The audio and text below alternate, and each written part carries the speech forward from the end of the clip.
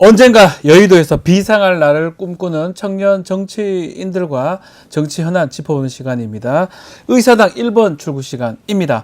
자, 오늘도 항의도 노무현재단 이사, 신인규 변호사 두 분 나오셨습니다. 안녕하십니까? 네, 안녕하세요. 안녕하세요. 자, 이거 짚어보겠습니다. 코로나 확진으로 병원에서 입원 치료 받고 있던 지금 이재명 대표 아직까지 당무 복귀는 하고 있지 않고 있습니다. 많이 호전됐다고 하는데 오늘 퇴원할 것 같아요. 지금 보니까. 네, 뭐 그런 얘기도 나오고 있는데 네. 일단 퇴원하시더라도 24시간 동안 또 자가격리를 해야 된다고 해가지고 네. 그걸 권고받았다 하더라고요. 그래서 그 이후에 뭐 일정을 소화할 수 있지 않을까 싶고 27일로 원래 예정돼 있던 재판도 그래서 30일로 또 미뤄졌기 때문에 네. 뭐 내일 본격적인 일정을 시작하시면 되게 바쁠 것 같습니다. 자, 지금 뭐 거의 이제 사실 요즘 코로나가 엄청 막 중병으로 하기보다는 어쨌든 스스로 격리하거나 해가지고 하면 오늘 내일 중으로 이제 복귀를 할 거고, 그렇다면 사실 일들이 좀 많은 것 같아요. 지금 이번 기간 안에서도 독도 지우기, 진상조사, 또 의료대란 대책 여러 논의 지시를 이어갔는데 또 당직 인선도 발표를 했습니다. 일단은 이재명 대표 이번 기간 동안 당무 이어갔던 거 신인규 변호사 어떻게 보셨어요? 예, 아무래도 이재명 대표가 사실상 이제 2기 체제를 맞아서 네. 막 시작하는 찰나에 여야 대표회담까지 논의가 되고 있지 않았습니까? 네. 그런 상황에서 이제 그 코로나에 이제 이재명 대표 좀 격리되면서 사실은 이 중차대한 시기에 병상에 있더라도 아마 쉬는 것도 힘들었을 것 같아요. 그래서 지금 뭐 대일 외교 관련돼서는 엉망이기 때문에 진상조사, 독도 지우기에 대해서 할 수밖에 없었을 거고, 더 심각한 것은 의료 붕괴입니다. 네. 그러니까 지금 뭐 응급실부터 해서 국민들의 걱정이 이만저만이 아니거든요. 이런 상황 속에서 제1야당 대표로서도 책임감을 느끼면서 당연히 이 부분도 챙길 수밖에 없는 것이고, 네. 거기다가 이제 인사까지 이재명 대표가 다 병상에서 사실상 한 거거든요. 그래서 뭐 이재명 대표가 부재이긴 했습니다만은 그래도 뭐 부재로 인한 어떤 혼란이나 그런 공백감은 별로 없었다라는 생각이 듭니다. 그러니까 두 가지가 커 보입니다. 독도 지우기 부분하고 그리고 지금 의료대란 부분, 이게 지금 현안 같기도 합니다. 그러다 보니까 이재명 대표가 병상이 있지만서도 이건 챙겨야 되겠다 이렇게 생각한 것 같아요. 왜냐면 당장 특히 추석이 한 3주 정도밖에 안 그렇죠. 남았는데 그럴 때 응급실 또 막 평소보다 2배 더 많이 사용한다 하지 않습니까? 그러니까 지금 되게 심각한 상황인데 그냥 정부는 여전히 계속 해왔던 대로, 그러니까 계속 비판을 받았음에도 불구하고 변화를 안 주고 있기 때문에 지금 계속 이렇게 적극적으로 대응에 나선 거라고 보고요. 네. 결국에는 뭐 독도 지우기 관련해서도 뭐 이거는 지금 계속 많은 분들이 지적을 했기 때문에 자세히 그 사례를 얘기하지는 않겠습니다만 네. 지금 노골적이라는 생각이 많이 듭니다. 아니 정부에서는 아니다, 지금 리모델링하는 과정에서 그렇게 됐다라고 또 사실은 또 입장을 밝혔잖아요. 독도 지우기 관련해서. 그럼에도 불구하고 이런 의문이 계속 드는 게 민주당만 그런 거 아닌 것 같아요. 국민들이, 많은 사람들이 그런 의문을 가지고 있는 거 아닙니까? 그러니까 이게 소위 말하는 밀정 같은 건데, 그러니까요. 그러니까 윤석열 대통령이 지난 광복절 기념사를 3번을 하면서 일본에 대해서 그동안의 대통령들이 해왔던 수준의 메시지를 낸 바가 없습니다. 그러니까 소위 말해 우리의 주권 문제, 그리고 역사 문제, 영토 문제, 여기에 대해서는 당연히 일본이 지금도 반성하고 있지 않는 행동들을 하고 있기 때문에 네. 우리가 피해 국가로서 또 인접 국가로서 잘못된 건 잘못됐다라고 명확하게 꼬집어줘야지 한일 관계가 더 건강하게 오래 지속 가능할 수 있는 거거든요. 지금처럼 윤석열 대통령 하듯이 일본에 대해서 다 퍼주고, 뭐 퍼준 걸 넘어서서 이제는 뭐 거의 뭐 매국 외교 아니냐라는 비판이 이상하지 않게 들릴 정도가 된다면은 네. 이건 오히려 한일 관계의 건강한 관계를 방해하는 걸림돌이 될 거거든요. 그래서 국민들은 윤석열 대통령 지금 대한민국 위해서 일하고 있는 거 맞냐, 매일 술만 먹는 거 아니냐, 지금 이런 거에 대해서 국민들은 의구심을 제기하고 있는데 묻는 거에는 답을 안 하고 자꾸 괴담이다, 선전선동이다 이렇게 나오니까 좀 답이 없다. 더 설명을 해주면 되는 거잖아요. 아니다, 확실히 아니다라고 딱 일 터졌을 때 무슨 소리냐, 독도 우리 땅에서 하는데, 다 시간 지나서 한참 후에 독도는 우리 땅이 당연하지 않냐, 그거 누가 모릅니까? 하는 행동이 다르니까 다 의문 제기를 하는 솔직히 거죠. 조형물 누가 몰라요 그거? 조형물 치워서 문제됐잖아요. 예. 이 대통령이 억울하면은 야 조형물 더 놓자, 예. 한 2개 놓자 이렇게 100개 하면 놓자 되는 거예요. 그냥 정마다 놓자. 아니, 모든 역에 다 놓자 이렇게 하면 됩니다. 아, 그러니까요. 근데 그렇게 안 하잖아요. 네. 안 하잖아. 그러니까 자꾸 이 문제 제기를 하는 거 아닙니까? 그러니까 우리가 이렇게 비판을 하니까 네. 무슨 뭐 오세훈 시장도 뒤늦게 뭐 이게 리모델링이었다 해명하고 전쟁기념관에도 재배치한다고 하는데 사실 그것도 일정도 안 나왔다고 하더라고요. 그러니까 네. 그런 걸 보더라도 이렇게 분노를 안 했더라면 과연 이들이 이렇게까지라도 했을까? 그러니까 이것도 사실 잘했다고 볼 수 없는 건데 네. 이렇게 분노를 하니까 그나마 이 정도라고 가는 거라 봐서 정말 기가 막히고 광복절날 어떻게 네. 대통령이 전 무슨 6.25 때인 줄 알았어요. 예. 무슨 뭐 337 전략이라면서 무슨 통일 독트린 얘기를 하는데 결국엔 그냥 흡수 통일 얘기한 거 아닙니까? 네. 그것도 광복절날. 이러니까 당연히 많은 시민들은 분통을 터뜨릴 수밖에 없다 봅니다. 자, 그리고 뭐 민주당 지금 얘기를 하고 있는데 이재명 대표 지금 당직자 추가 인선도 했습니다. 좀 눈에 띄는 게 인재위원장입니다. 장성호 의원이 됐고요. 총괄 특보단장에는 안규백 의원이 임명이 됐는데 장성호 의원. 근데 이름이 좀 다릅니다. 네. 아, 죄송합니다. 정성호 네, 의원입니다. 네, 장성호 야구 선수인데 정성호 의원입니다. 자, 인재 영입위원장이었죠 예전에.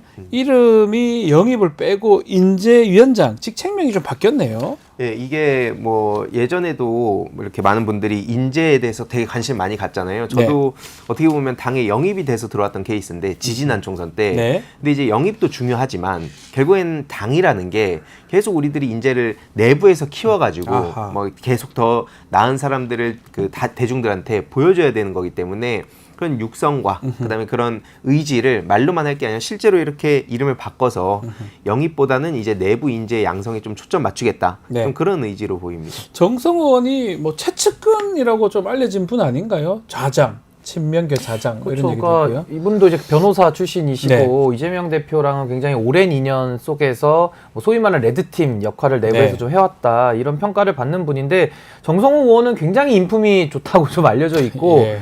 두루 이렇게 좀 신망이 많으신 분이에요. 맞아요. 그러니까 아무래도 이런 분을 뭐 이재명 대표와 둘 사이의 관계에서는 약간의 껄끄러움이 있다고 하더라도 이렇게 임명을 해서 인재위원장의 직을 맡기는 것은 전 좋은 인선이다라는 생각이 들고 또 총괄 특보단장도 굉장히 또 그런 여러 가지 전문가 그룹들을 또 영입하는 부분이기 때문에 뭐 안규백 의원이 뭐 잘할 수 있는 분들 아닌가라는 생각이 들어서 뭐 이재명 대표가 이제 2기 체제에서는 조금 더 단단해진 코어를 기반으로 좀 더 확장 전략을 이제 쓰고자 하는 의지 아니겠는가 저 그렇게 해석합니다. 두 분 다 5선이기 때문에 5선 의원이죠. 좀 안정감 있게. 예. 그러니까 특히 이번에 개혁적인 좀 초선 의원들이 많이 들어가게 됐잖아요. 그래서 그러니까요. 좀 안정감도 같이 가져가겠다. 그런 의지로도 보입니다. 그렇죠. 그렇게 보이고 자 인선 관련해서는 좀 호남, 광주, 전남 쪽에 홀대론이 계속 이어지고 있는데 일단은 충청과 또 경상도 인사 챙겼습니다. 김태선 의원, 대표실 수행실장, 또 수석 사무부총장의 이모선 의원이 지명이 됐습니다. 충청 쪽입니다. 자 광주, 전남 인사가 빠졌던 거 결국은 지명직 최고위원회 호남 인사를 좀 지명하겠죠?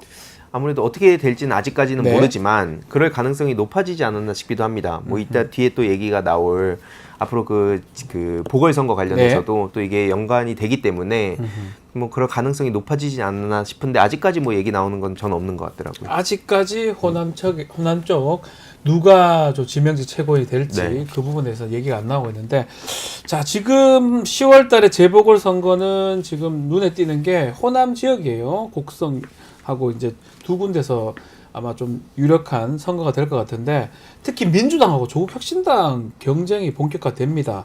곡성 영광인데 두 군수 자리인데 자, 이 두 군수 보궐선거, 재보궐선거 민주당 조국혁신당한테 어떤 의미로 봐야 됩니까? 이게 텃밭 전쟁으로 또 읽혀지기도 합니다.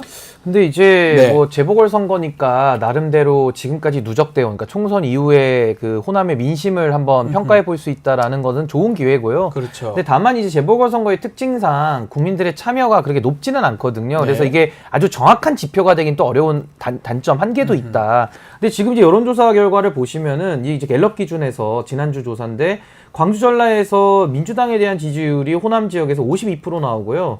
조국혁신당에 대해서 17% 지금 나오고 있습니다. 그러니까 지금 상황에서 재보궐선거 치르더라도 아마 민주당이 저는 승리를 거둘 것이다. 물론 조국혁신당도 나름의 뭐 보전을 받는, 그러니까 선거비 보전 받는 정도의 유의미한 득표는 이어갈 걸로 예상은 돼서 저는 뭐 이번 재보궐선거를 통해서 호남에서 그럼 누가 더 주도권을 갖느냐라고 봤을 때 좀 민주당이 조금 더 우위에 있는 형국가 아니겠는가. 네. 그러니까 조국혁신당이 선거 이후에 지금까지 한 6개월을 평가해 볼 때 그렇게 유의미한 지금 존재감을 드러내지는 못했거든요. 아하. 그래서 저는 국민들께서 나름의 호남에서 누구에게 주도권을 줄 것이냐 그런 평가가 부분적으로 이루어질 것이다 그렇게 생각합니다. 자, 지금 짚어주신 것처럼 일단은 그래도 호남에는 민주당이 좀 더 나은 편인데 뭐 이거는 뭐 전망이고 뭐 가정이긴 하지만 만약에 조국혁신당이 승리를 한다 이렇게 되면 민주당이 상당히 곤란해질 것 같아요.